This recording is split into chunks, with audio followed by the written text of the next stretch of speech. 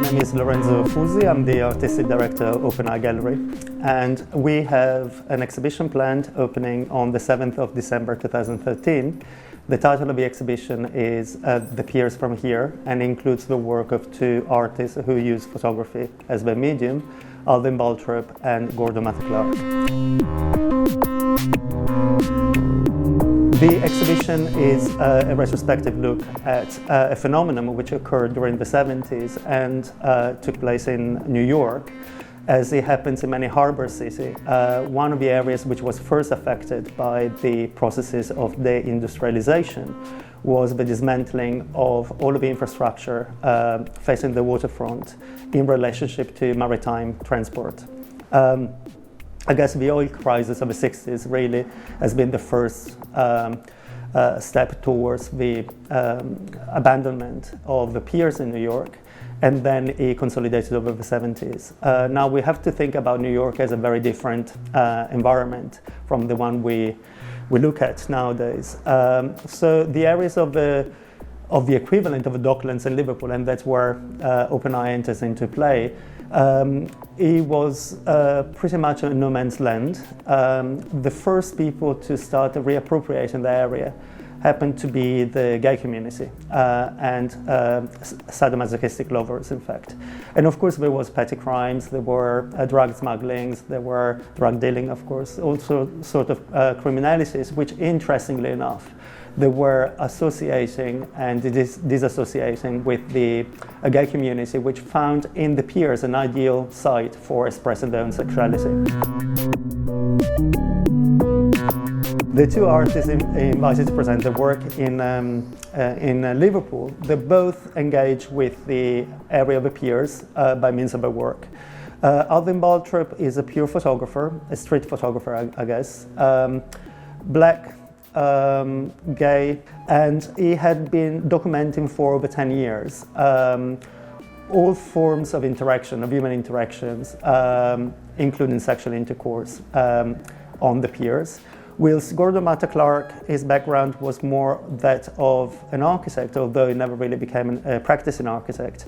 And he decided to intervene in the same area by means of installation, performance, and sculpture work. Gordon Matta-Clark created an intervention which was both a performance, a sculpture work, and an architectural installation on the piers. The title of the work is Day's End. It was created in 1975. And Gordon described it as a temple of water and light. So basically what he did was perforating, creating cuts on one of the largest buildings on the piers, Pier 52 if I remember well. And he basically enabled natural light to enter into the building, and he cut sections of the floor boarding as well. So he basically enabled the same incidence of light and reflection onto the water to happen indoor inside of that building. Naturally, because of rotation of the sun, every time of the day and in every season, the reflection and the the play of shadows and lights would have been different.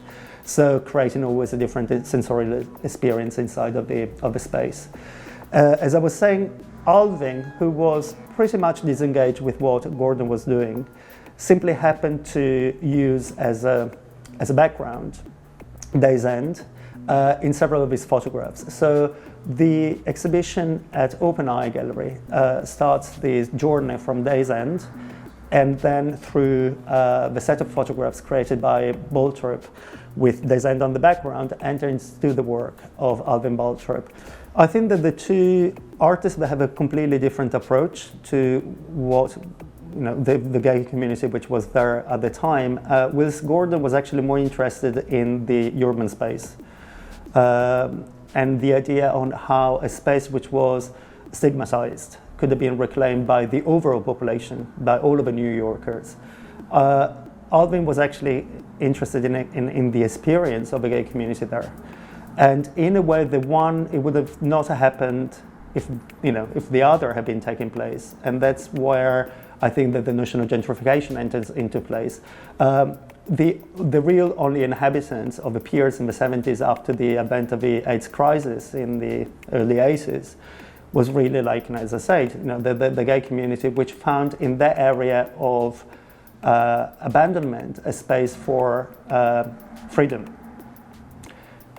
And instead, Gordon was really trying to bring back that space to everyone. And of course, the moment that it would become a sort of a urban park where children and people from different backgrounds with different interests and different sexual identities, orientations, or preferences, of course, it would have been very, very difficult for the community to express themselves as they did back in time. So I think that they're coming from different backgrounds, but coming from different perspectives. At the same time, they are ingrained one into the other's work in the same processes, as I was saying, of development, reactivation, and regeneration of urban space.